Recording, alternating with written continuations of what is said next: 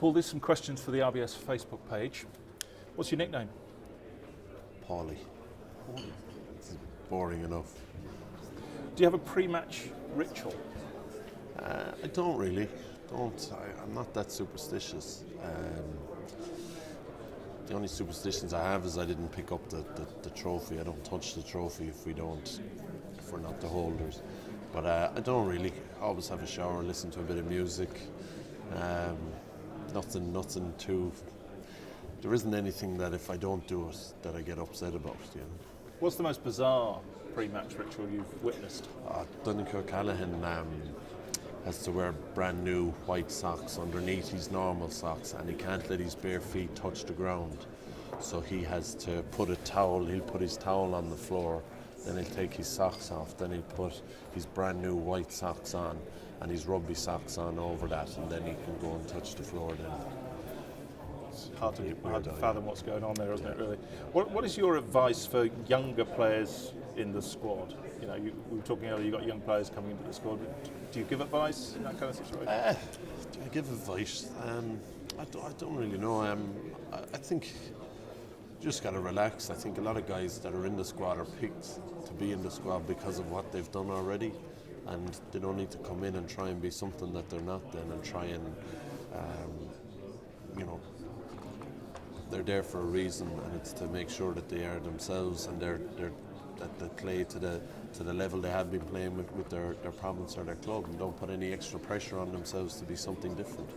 Tell us something about yourself that we might not know, that you don't mind that we know. I've done so many interviews now, there's probably very little you don't know.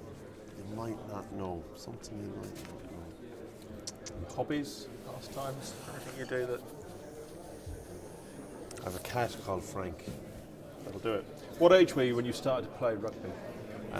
I played from 8 till about 12, then gave it up till I was about 16 or 17. So Why'd you give it up?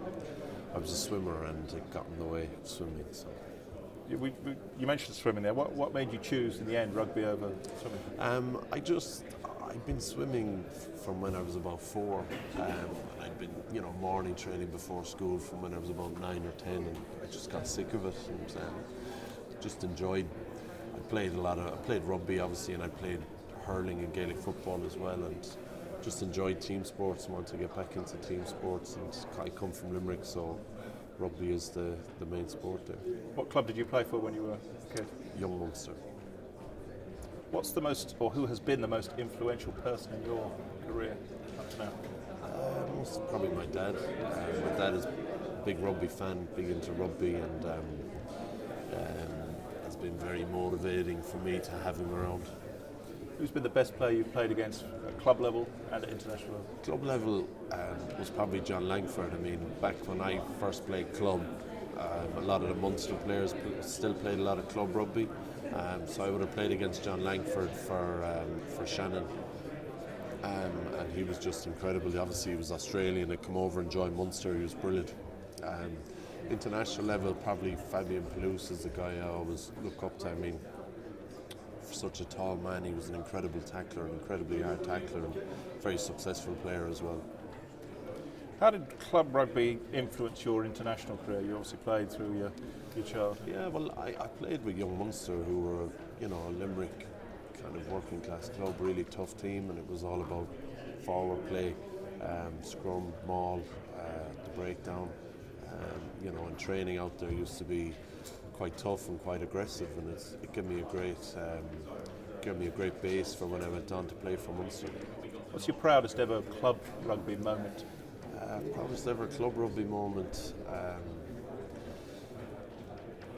I suppose we made the semi-final of the AIL back in 2000 and 2001 when we probably would have been, when it wouldn't have been expected that we would do it. So we had a great season that year. Unfortunately, we lost to Cork Con in the semi-final. Ron O'Gara was playing for Cork Constitution the same day, and he was heading off on the Lions tour a week later. And finally, have you already started coaching Paddy? What's your advice to him? Has he picked up your abilities? Paddy is just... Mickey Mouse Clubhouse is all that occupies Paddy's mind at the moment. He hasn't hit that level yet. It'll come though, won't it? It'll come. It grows out of Mickey. Hopefully. It grows out of Mickey Mouse Club. Yes. All right, brilliant. Thanks very much. All right. Excellent.